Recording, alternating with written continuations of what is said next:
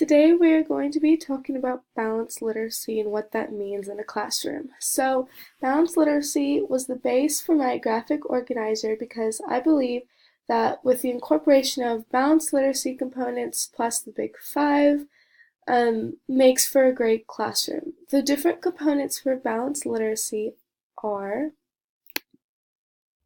shared reading, independent reading, guided reading, and interactive read aloud.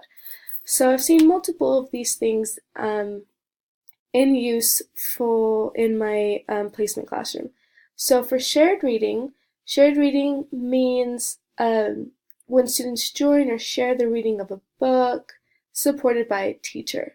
I personally haven't seen this particular type of reading in my classroom, but I have seen independent reading.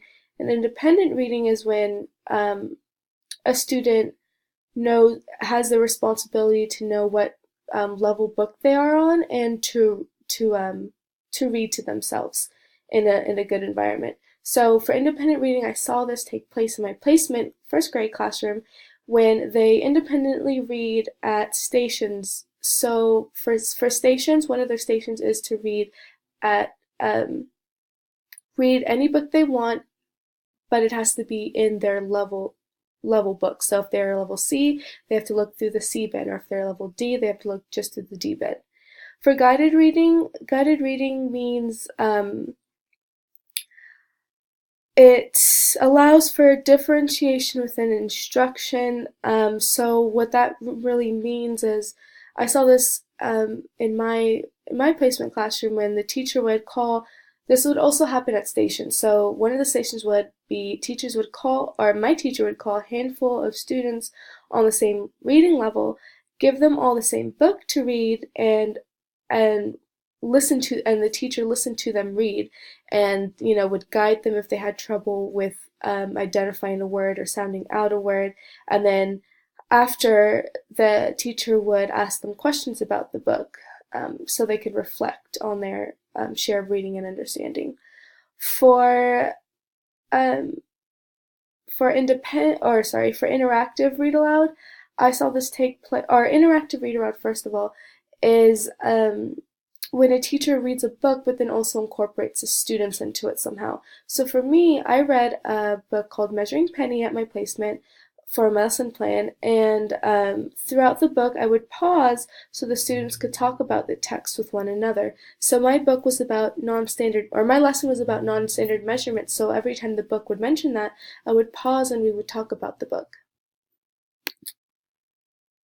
For the big five is phonological awareness, phonics, comprehension, vocabulary, and fluency. So with phonological awareness, it focuses on oral language before reading and writing, and phonemic awareness. So what phonological awareness really is, it's the language before interpreting print ever happened. So really it's just being aware of the sounds, if that makes sense, and like the oral language.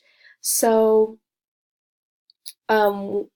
phonemic awareness ties into phonological awareness because phonemic awareness refers to the specific understanding of the phonemes, which is sounds. So knowing the sounds.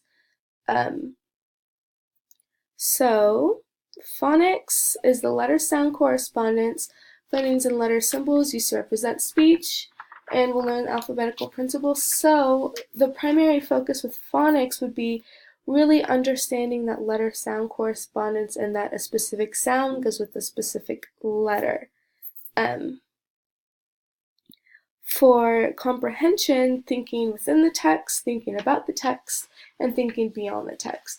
So this really happened, these strategic actions really happened during my mini lesson plans with my case study student for my teaching point, because I focused on making connections, inferring, and summarizing. So with inferring, we're thinking beyond the text, I would ask, after she read the book to me, ask her, what do you think this little boy felt during the book? Like, what do you think he felt? So that really makes her infer on his emotions. And then for synthesizing, really just asking those summarizing questions like, if someone would come up to you and ask you what this book would be about, what summary would you give them?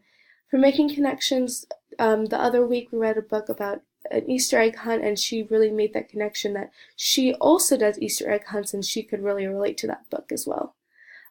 For thinking within the text, just me monitoring and helping her solve those words. For thinking about the text, asking those analyzing questions to see if she's really focusing on the book. Vocabulary increases comprehension and learning. There's word walls. I saw word walls in my placement classroom with the sight word, so if they had trouble spelling anything, they could go up to the sight word wall, take the word down, write it, and put it back up. Function words is the signal structure relationship. It has little meaning, so the words like and, or, stuff like that really have little meaning. Interest words would be words that interest the child, so like a football, a basketball, maybe a Barbie, just stuff like that that interest the child. Content words are really just subject-related words, maybe math terms, science terms, stuff like that. Fluency bridges the gap between word recognition and comprehension, so the types are assisted, choral, tape-recorded, partner reading, theater, or reader's theater, and echo reading. So for me personally, I saw tape-recorded assisted reading a lot in my placement, and I don't know if it was a bad thing or a good thing. So they would have their iPads and they put their headphones in and they just read along with the book. They just look at the words while the words are being read out to them. And they kind of like that more than an actual get a book from the bin and read it yourself. So there's pros and cons to that. For choral reading, students, I never saw this in action, but choral reading as students read along as a group with a teacher, so I think that would be a really cool lesson to do. But reader's theater, again, I've never seen that take place, but what that is students rehearse and perform a play for peers and others based on a book. So that is balanced literacy.